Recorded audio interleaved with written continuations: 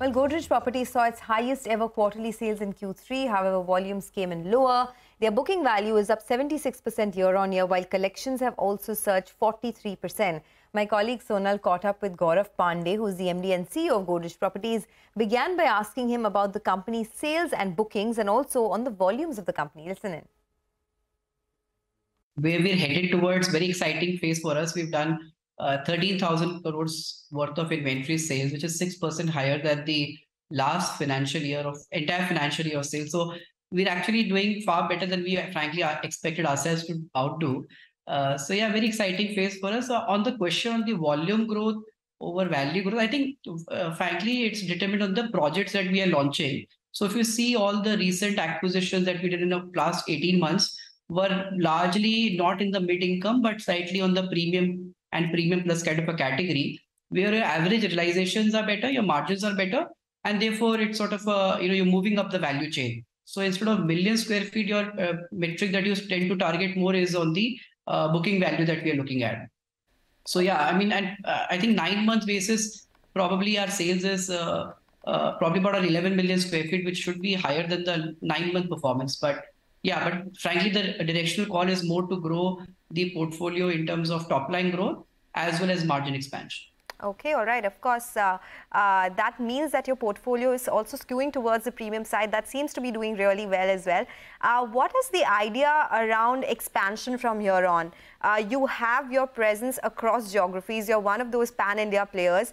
Will it come in via more land buys, or you've already done that and now is the phase when you'll see a lot of construction? What is the business development pipeline looking like? It's a great question. See, essentially, if you see, we're a very unique platform present across all geographies. So for us, our job is more like a portfolio manager. You tend to take sort of directional views about where the market is presenting you opportunities, and you tend to manage your portfolio basis where the sales velocity is better and your risk adjusted returns will be better. So last 18-20 months were a series of acquisitions we had done across all geographies because we wanted to deploy a lot of capital.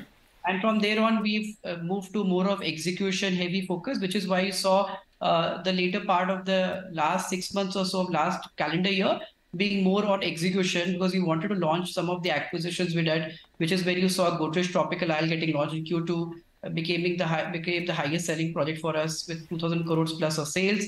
That was a record that we broke our own record after 7 years. And Q3, we broke the same record with another launch of ours in Gurgaon, called as Godrej Aristocrat, which is 2,600 plus crores of sales. Now, the strategy is about calibrated BD, which is essentially adding inventory and doing acquisitions where we feel there is big opportunities to grow. At the same time, replenish inventory where we are selling fast. So, for an example, South is going to become a sort of an area where we'll be very focused towards making our presence, which is why you saw sort of an announcement in early January in Yashwantpur market. You may see similar announcements in South going forward. And likewise, we will make inventory replenishment kind of calls, or where we see huge opportunity of margin expansion. So it's a calibrated BD strategy to keep continued growth. But frankly, from a hygiene level of growth to deliver, we have enough and more from an inventory, thanks to the great acquisitions our team did in the last 20 months or so. Okay, all right. So that is one strategy that Street has been focusing on as well for Godrej Properties. Gaurav, what does it do to your capex going forward? What will debt look like? Because the last conversation I had, you did indicate that since you're looking at expansion, debt would continue to increase. But what levels are you comfortable with? Right now, we are standing at 6,900 crore rupees. What does it do to cash flows? Because operating cash flows to overall cash flows has been around 30 to 40%. Is this something that will continue? See, if you see net D ratio that we have already talked about and given as a guidance to the Street has been 1:1, because that is a level we feel that we are able to balance both the risk side of the business, but also the opportunities and the growth levers that we want to intact.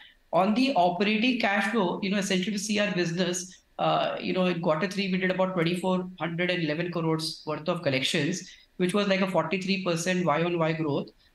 From a 9 month point of view, it was 6,700 crores. These two metrics led to a major swing in our operating cash flow. So net operating cash flows in Q3 was 798 crores, which was probably 35% Y-on-Y growth.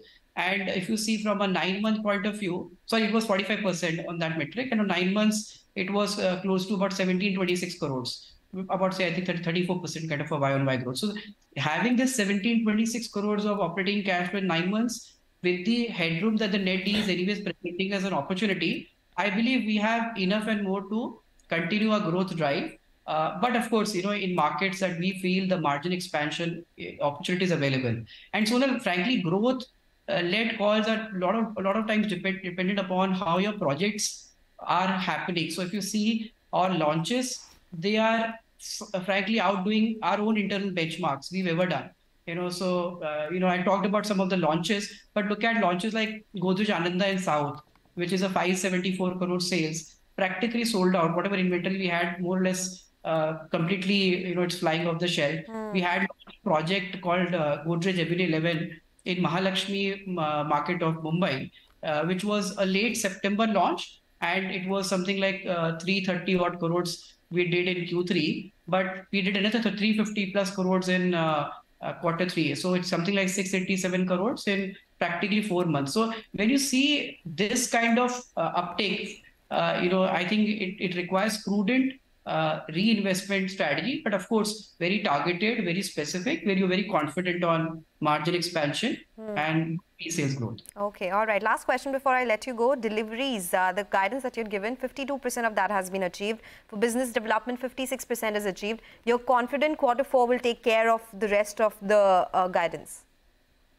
Yeah, I mean, to be very frank, when we see guidance, especially on metrics like business development, I think we're not really pressurized to meet the guidance. It is more about if we see the opportunity of investment available, we might even do more and we might be slightly less. But of course, our endeavor is always to hit the guidance on BD. But there is no desperation to hit the investment target per se. But yes, on the execution side, as you rightly mentioned, we did about close to about 6.5 million square feet of occupancy certificates, led OCs, basically projects that we got in completion.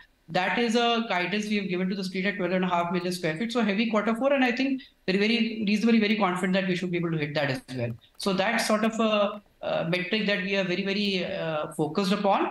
And business development, opportunities currently suggest we should be able to hit it and frankly even exceed it. But we're not driven by that. That's the only limited point.